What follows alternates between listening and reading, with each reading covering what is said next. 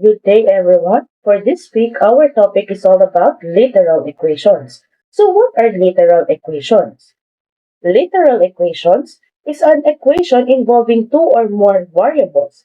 Unlike traditional equations, where you often solve for one variable in terms of numbers, in literal equation, you solve for one variable in terms of the other variable. How are we going to do it? Let us have these examples. For instance, we have to determine the distance in terms of speed and time. We all know that the formula to determine the speed is equal to distance over time, or distance divided by time. So what are we going to do to determine the distance if we have speed and time? So we're going to apply the different properties of equality. First, we're going to use the multiplication property of equality. To cancel out times on the right side, we're going to multiply time on both sides. There, we can cancel out time. It will give us st is equal to d, or speed times time is equal to distance. By symmetric property, we will have distance is equal to speed times time. Another example, we're going to determine the length of a rectangle in terms of perimeter and width. We all know that the perimeter of rectangle is determined by the formula 2 length plus 2 width. So how are we going to determine the length? First, we need to isolate 2L. So by that, we're going to use the addition property of equality by subtracting 2W or 2 width on both sides. It will give us P minus 2W is equal to 2L.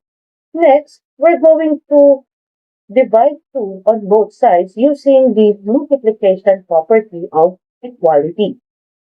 That we will have P minus 2W divided by 2, which is equal to length. By symmetric property, we will have length is equal to P minus 2W over 2. Let us have another example. Let us say we have this different formula and we're going to determine the unknown variable. First, let us determine the diameter in the circumference of a circle. So given that C is equal to pi d, for us to determine the diameter, we're going to isolate the diameter by using the multiplication property of equality. On both sides, we're going to divide pi. We can cancel out pi on the right side, giving us c over pi, which is equal to the diameter.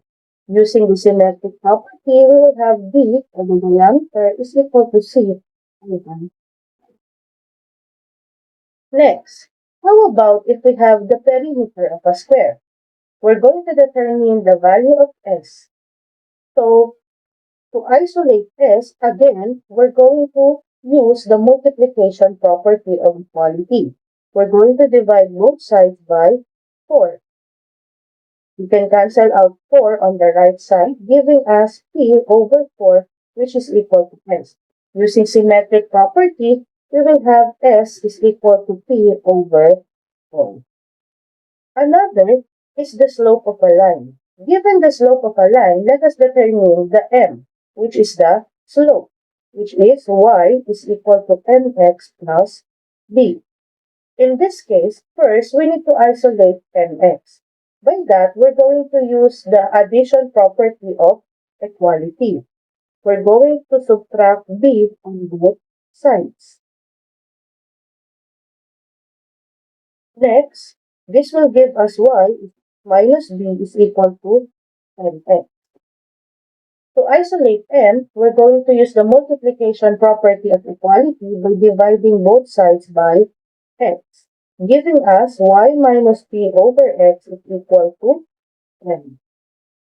Using the symmetric property, we can rewrite it as m is equal to y minus b over. Another example is the width. For example, we're going to determine the width from the formula of the perimeter of a rectangle. So P is equal to 2L plus 2W. Now, we need to isolate 2W. By that, we're going to use the addition property of equality by subtracting 2L on both sides,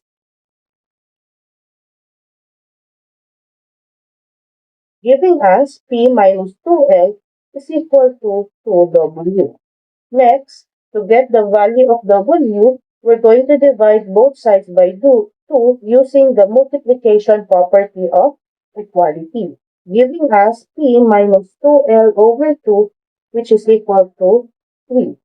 By using the symmetric property, we will have W is equal to P minus 2L over 2.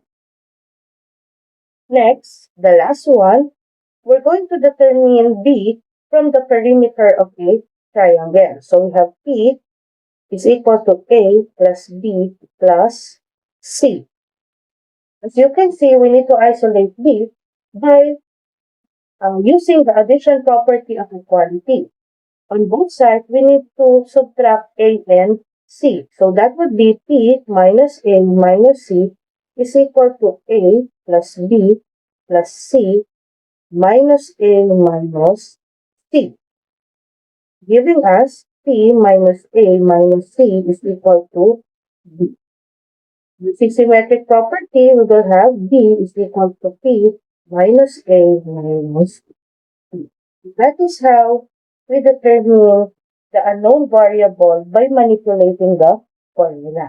First, we have C is equal to mx plus y. So our goal is to get the value of x to determine the unknown variable x. So first, we have C is equal to mx plus y.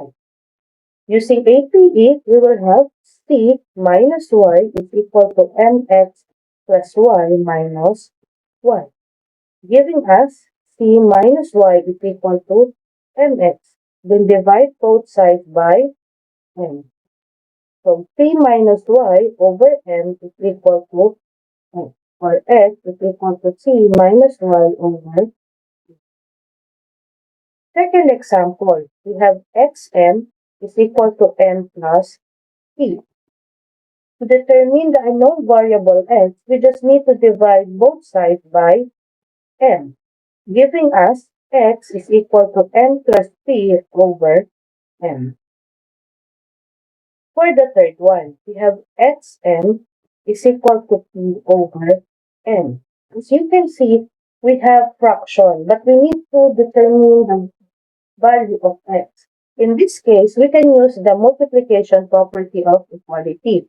Both sides, we need to multiply 1 over m, giving us xm over 1 over m and p over n multiplied by 1 over m.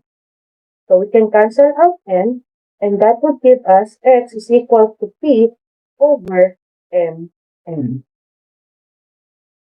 Next, number 4. We have u is equal to v minus w plus x.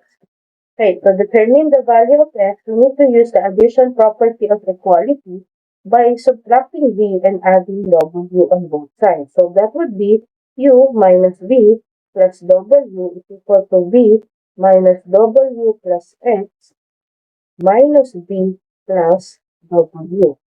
So why do we need to subtract b and add w? Because that is the inverse of the given. We have positive b, so the inverse of positive b is negative b, and we have negative w, and the inverse of negative w is positive w.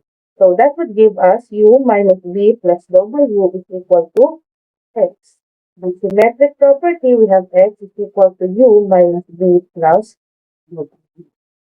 Another one, we have px minus b is equal to b. Okay, to isolate x, first we need to add b. That is the inverse of negative b. So we have cx minus b plus d is equal to b plus b, giving us cx is equal to b plus b.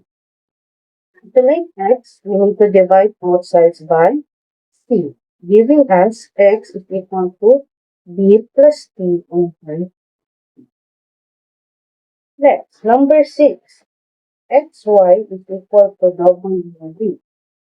So to determine the value of x, we need to divide both sides by 1, giving us x is equal to W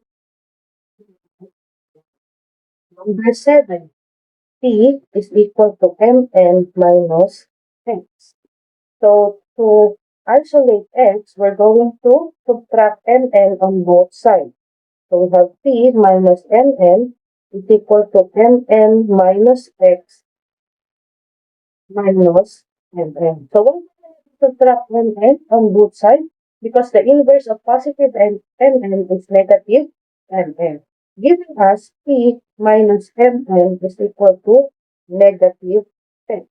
But since we have negative x, we need to multiply both sides by negative 1. Cancel out the negative on negative x. That would give us negative 1 times t minus mn. That would give us negative t plus mn. Why did it became negative t plus mn? So negative 1 times positive t is negative t. Negative 1 times negative mn would give us positive mn. And the negative x multiplied by negative 1 is positive. We can rewrite it as x is equal to mn minus t. 1, we have x minus m equal to n plus t. So to isolate x, we're just going to add n on both sides. Why? We have negative n, so the inverse of negative n is positive n. So x minus m plus n is equal to n plus t plus n. X is equal to, we can also rewrite it as m plus n plus t using the commutative property. M plus n.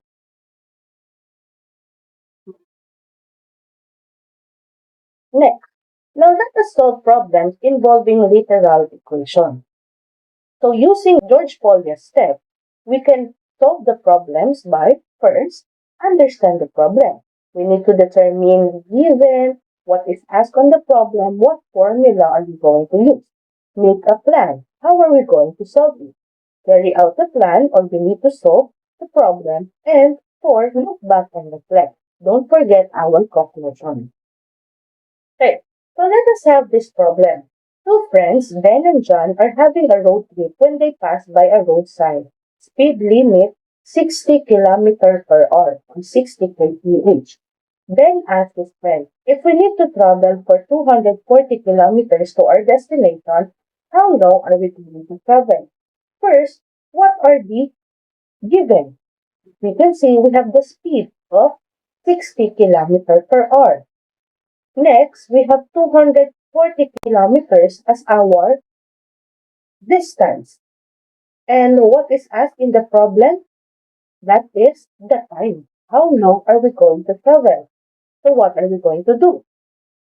Okay, we need to write our given. So the distance of 240 kilometers, the rate or the speed of 60 kilometers per hour.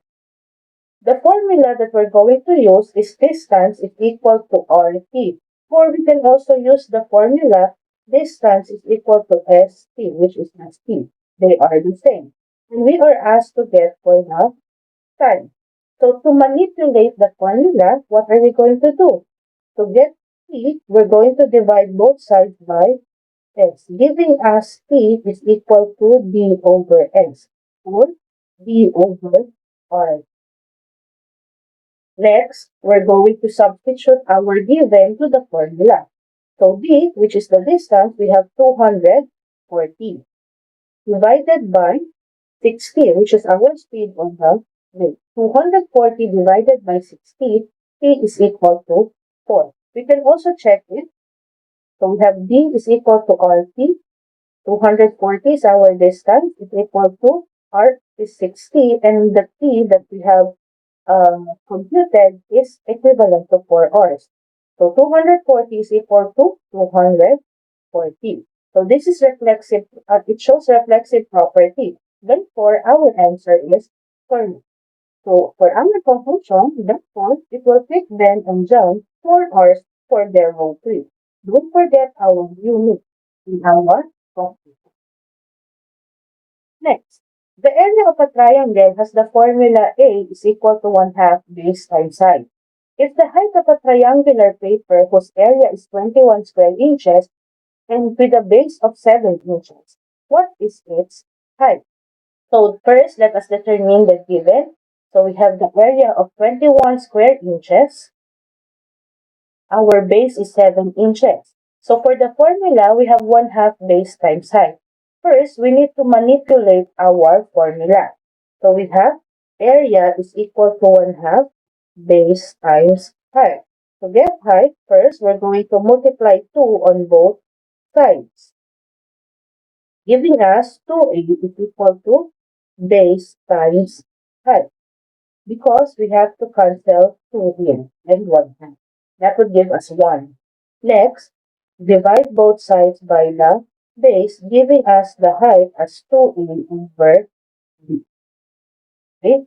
Next, substitute our given to the formula. We have 2 multiplied by the area, which is 21, over 7, which is our base. 2 multiplied by 21 is 42, divided by 7, we have 6.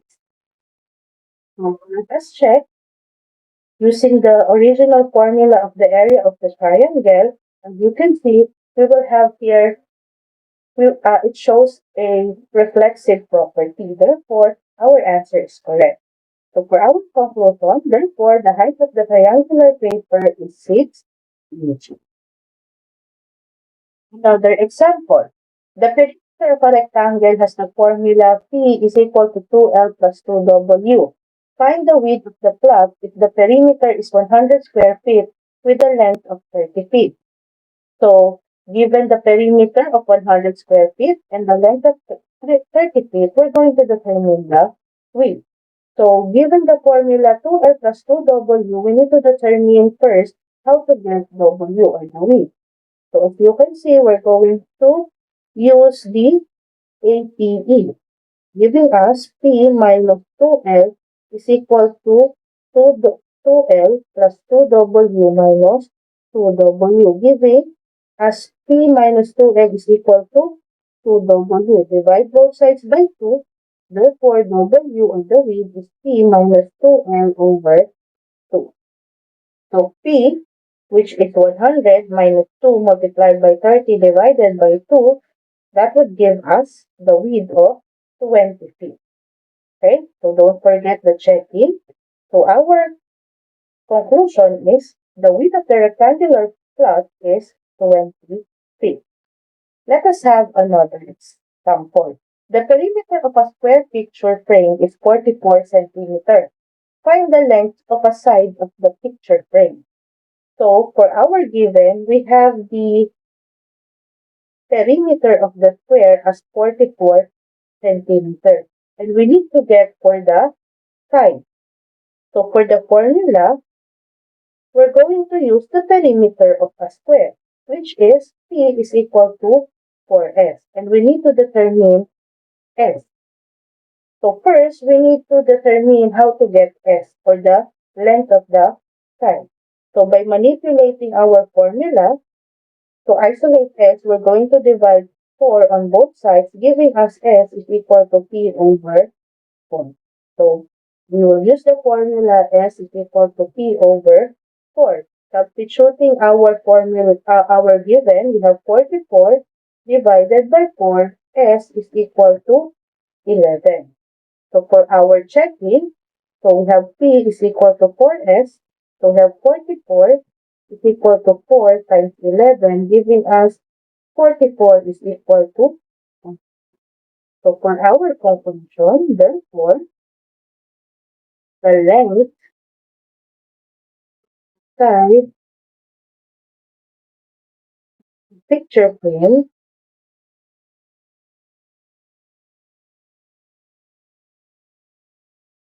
is 11 centimeters.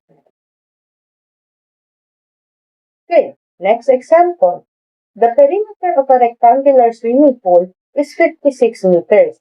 Its length is 12 meters. Find the width of the swimming pool. So again, we will have the given. So for our given, we have the perimeter of 56 meters and the length of 12 meters. So the formula that we're going to use is the perimeter of the rectangle, which is P is equal to 2L plus 2W. So a while ago, we already determined the value of W in terms of the perimeter and length, which is W is equal to P minus 2L over 2. Substituting the given, we have P, which is 56 minus 2 multiplied by 12 divided by 2, which is 56 minus 24. And that would be 32 divided by 2, which is 16. So for checking, we have perimeter is equal to 2L plus 2W. Substituting our answers, we have 56 is equal to 2 multiplied by 12 plus 2 multiplied by 16. So 56 is equal to 24 plus 32. 56 is equal to 50. So for our conclusion, with swimming pool is 16 meters. And that is how we solve problems involving literal equations.